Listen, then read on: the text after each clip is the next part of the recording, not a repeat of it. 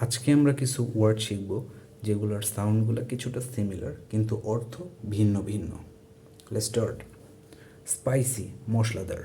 Faruk loves spicy food. Farooq মশলাদার খাবার পছন্দ করে। স্পেস, স্থান, অবকাশ, ব্যবধান। I need my space.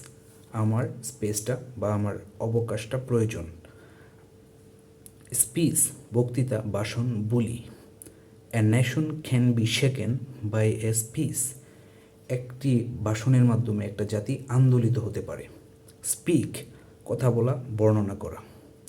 Can you speak in English? তুমি কি ইংলিশে কথা বলতে পারো? স্পাউট, এটার দুইটা অর্থ আছে, মানে দুই রকম অর্থ আছে। খুন্তি, খন্তা, আর একটা হচ্ছে আলু। খুন্তি বা খন্তা হচ্ছে যারা গ্রামে থাকে তারা বুঝতে পারবে, এটা একটা কৃষিকাজে ইউজ করা হয়। এখানের প্রথম উদাহরণটা হচ্ছে খুন্তি বা খন্তা হিসেবে, দ্বিতীয়টা আলু হিসেবে। Spout is an essential instrument for agricultural activities. মানে খুন্তি বা খন্তা হচ্ছে একটা প্রয়োজনীয় যন্ত্র কৃষিকাজের জন্য। আরেকটা হচ্ছে I love to it spout, আমি আলু খেতে পছন্দ করি।